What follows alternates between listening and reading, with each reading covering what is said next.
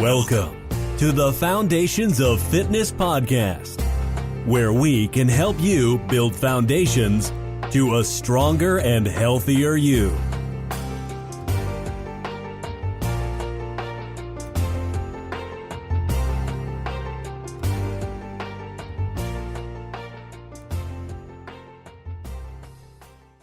Hello everyone and welcome back for our fourth podcast. Today's special guest will be Bellator's lightweight contender, Chris Bungard. We talk about his preparation for his lead up to the fight in February, how you can get started with MMA and what his plans are for the future. Chris, thanks very much for coming on the show. Tell me a wee bit about yourself and how you first get started in MMA. Thanks for having us, Jordan. It's my pleasure. I first started in MMA, mixed martial arts for the listeners that don't know, about 9 years ago. And I first started, I was a big pro wrestling fan growing up as a child. And I was a big Bret Hart fan. Bret the Hitman Hart was my hero. So all the way through school, and I used to always put people in the sharpshooter and stuff like that. I used to make them tap out. I got suspended a few times for that. So that's how I first got into the submission side in martial arts, the jiu-jitsu and stuff like that. So yeah, the local sports hall where I stay in Hollytown, Hardy, was doing MMA, and MMA classes. So I ended up just rocking up, got a wee pair of UFC gloves, I think I was all that, you know what I mean? I made it, you know what I mean? And I started from there. I just put the mats out and rented the hall for a couple of sessions a week and just started doing grappling and stuff like that. So that was about 9 years ago, man. When did you first kind of start to realise, wow, I've got a real passion for this here and I could see myself going somewhere?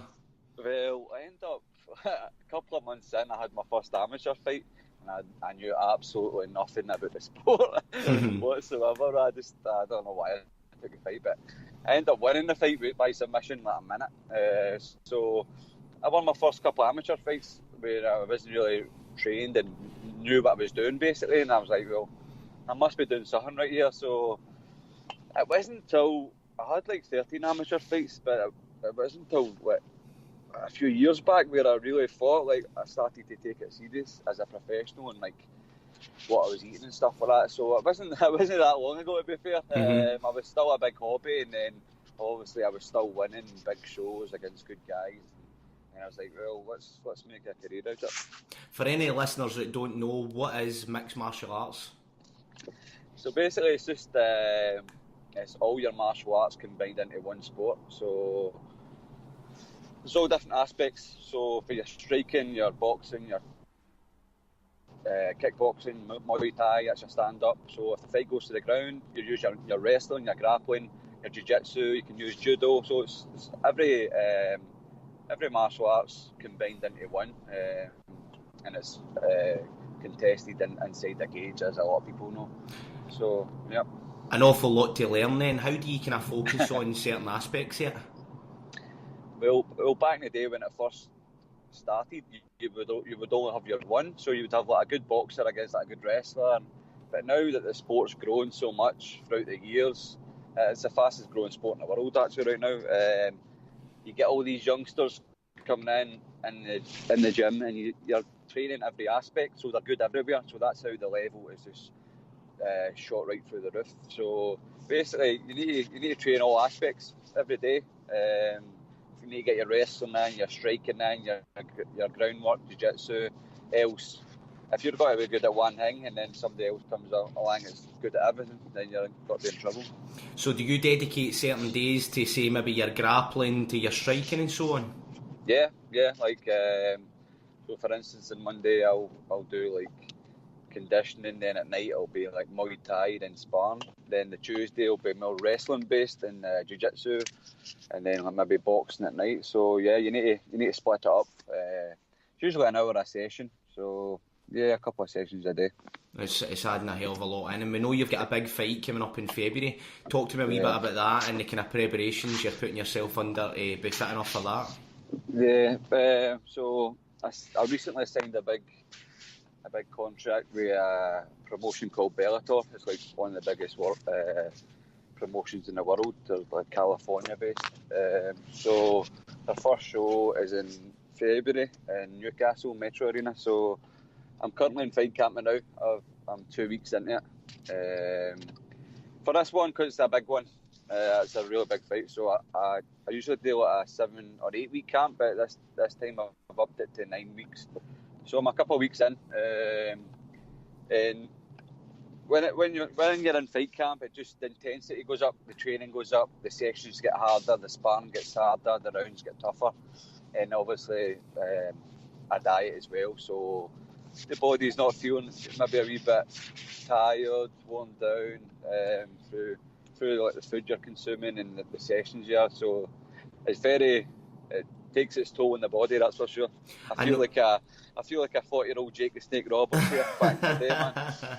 So obviously you were talking about your diet and so on, and you started kind of taking your diet seriously. What are you doing for your nutrition now? I know there's a lot of kind of interest in weight cuts just now, and I recently watched something. What's your kind of weight cut like? What are you doing to get your weight down? To be fair, like, I do have a bad weight cut. I did like a documentary not long ago that kind of it's a good insight to how MMA fighters cut weight. And for me, I sit big. I walk around about 83, 84 kilogram, and that's in MMA. That's middleweight.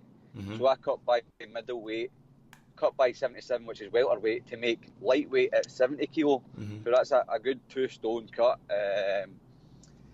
It is a tough cut, I'm not going to lie. It's really hard for me, especially the last week of the cut, where I kind of cut out my carbs and stuff like that, and a water load and salt bath and so on, etc. But for this camp, because I've started early, I've got a sponsor called Taste Buds that it's like healthy meal prep, that they sort me out with my meals every day, and they have me eating good foods, and so I've started a bit earlier than that, so my weight's gradually coming down. I like to get it down to about 77, 76 fight week, and then fight week I cut out all my carbs and I start to water load, and then I take it from there. But yeah, it is a tough cut, but all the MMA fighters do this. This is what they do.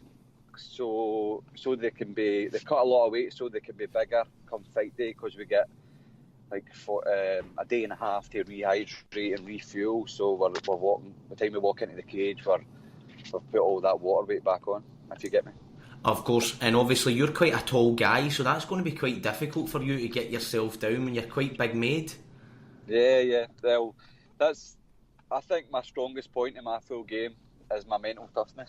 I really think that's where I'm strong at. Like, just some of the things I've went through in life, and the weight cuts I go through. I know if it's in my head I'm going to do it, I'll do it. So that goes into my fights. I'm mentally strong. If I'm in the bottom or in my tough position, or if I'm tired, I know in my mind that I can toughen it out, I can soldier on, I can get to my feet, or I can win the round. So when I cut all that weight, I know that can help me in future fights as well. And that can obviously help to spur you on. If anybody hasn't seen this documentary on Chris's Facebook, it is brilliant. It gives you a really good insight into the dedication that he puts into his sport, which brings me on to the next one. Where did the nickname The Bad Guy come from? So it's actually a bad story, but funny enough, because the bad guy. But I play amateur football, so it was like a good 6-7 years ago. I ended up in a fight on the park. Somebody lashed out at me off the ball, and I threw one punch back, and basically the person that happened to took a wee head knock. So it's got a nasty story to it, because what happened on the football park. But after that, it was like an online forum, how I was the bad person. But people weren't actually there that seen what happened, so people kept calling me the bad guy, and I kind of just went with it. And it stuck from there? Yeah, it stuck from there, and everybody actually likes it, but it's got a sad story, unfortunately, but that's the truth. Mm-hmm. And obviously, what advice would you give to anyone looking to maybe possibly get into MMA or combat sports?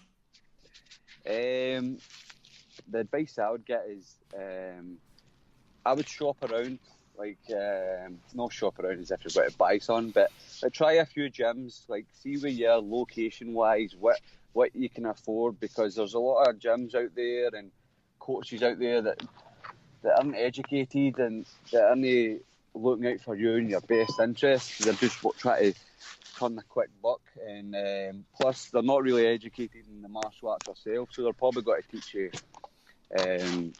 the wrong technique as well, so give you false confidence in your own skill set. So I would shop about what gym's closer to you, what can you afford, are you working, can you make it there, are the coach is good, the guy's good, so and then you pick your own gym that you're comfortable and you're enjoying your training. What would you look for in a coach? I know you've got your own team at the moment, and what do you look for when you were picking your team? I just look at, am I enjoying my training? Am I learning? Do these guys know what they're talking about?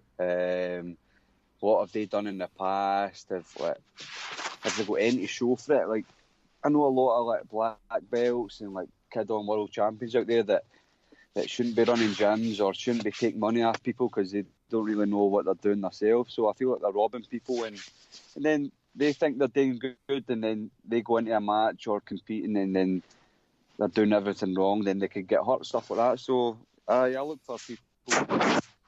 Chemistry as well. You walk into a gym, and the way you're treated, you can feel something. You're like, this is a good place to train, or these guys know what I'm talking about. These are good people. So stuff like that. And you know, when you're enjoying your training and so on, and you're learning, it motivates you to work harder. Oh, definitely. Especially, I can imagine when you're in your fight camp at the now, it's hard graft, you're working hard. You need that to obviously keep you happy and keep you going. Yeah, 100%. You need a good mind frame. You know what I mean? If you're not well, don't get me wrong. There's sometimes I don't enjoy my training. You know what I mean? Sometimes when you're feeling it, your body's battered, you've had a tough few sessions, but there's always like the end of the tunnel. There's always an end game. Like, what is your goal in this? Like, do you in your head? Do you really want it? Like, I put up a post yesterday just saying like, how bad do you want it? Don't wait for this New Year's resolution. Like, if you really want something, and this doesn't go towards just fighting, for instance. This is everyday life stuff. Like, maybe you're wanting that promotion, or you want that new job, or you want that new girl, like, or you want to get fit. Like, go out and do it right now. Like, get the trainer zone, go out and do it right now. Don't wait to the 1st of January, then we'll have it. Like, if you want something really so bad, then the work needs to start right this second. Putting it off to tomorrow is never going to get you anywhere, is it? No, it is not, my man. And what motivates you? What is your motivation? My motivation? I'm not really motivated by, like, a lot of people say money motivates people, and I just want to be comfortable for the future. I mean, I would like to fight a good few fights, make some money to buy a house. You know what I mean? Like, a house that's for your future, for your family, your kids, whatever. So I'd love to make enough money to buy a house. Obviously, the better I get, the more people know you, the more fans you get. You just want to be better for them. You want every fight gets better. You want to show you're improving and put on good performances. But I think my end game is definitely a nice big house for my future. Not me. Love that. Where do you see yourself in 5 years' time? World champion, my man. Love that. That's the way to do it. Listen, Chris, I think that's been absolutely brilliant. I think we can wrap that up there. We've covered everything I really wanted to talk about. You've gave a great insight into what it's like to be yourself, training week in, week out. You've gave us a wee bit of kind of background into the type of training you're doing, some advice for MMA fighters. So I'd like to give you a big thank you for coming on the show. No, Jordan, thank you very much for your time. I really appreciate it. Thank you for listening to the Foundations of Fitness podcast.